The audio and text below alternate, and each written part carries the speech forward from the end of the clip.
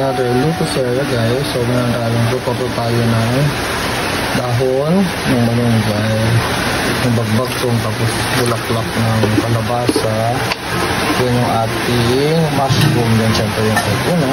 Ay ilaga muna natin itong mga to ng konti lang ba. So unahin natin si mushroom and yung palang tangkay ng sunod natin ito.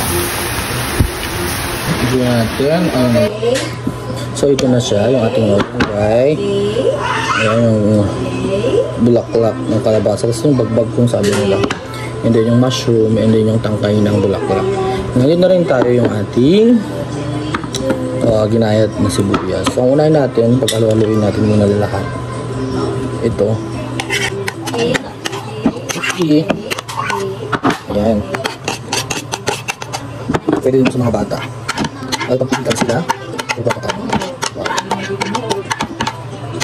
Okay. Nilagyan natin yung itlog. Okay, kasi medyo madami.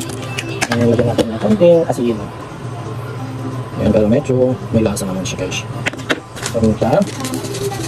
Hindi ko natin. And then natin ng magic sarap. Ayan. And then haluin na siya. Then, yun.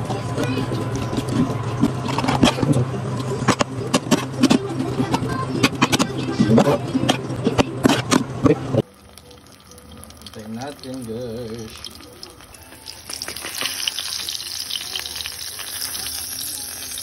Guys, tikman natin. Wow, sarap ito. Grabe.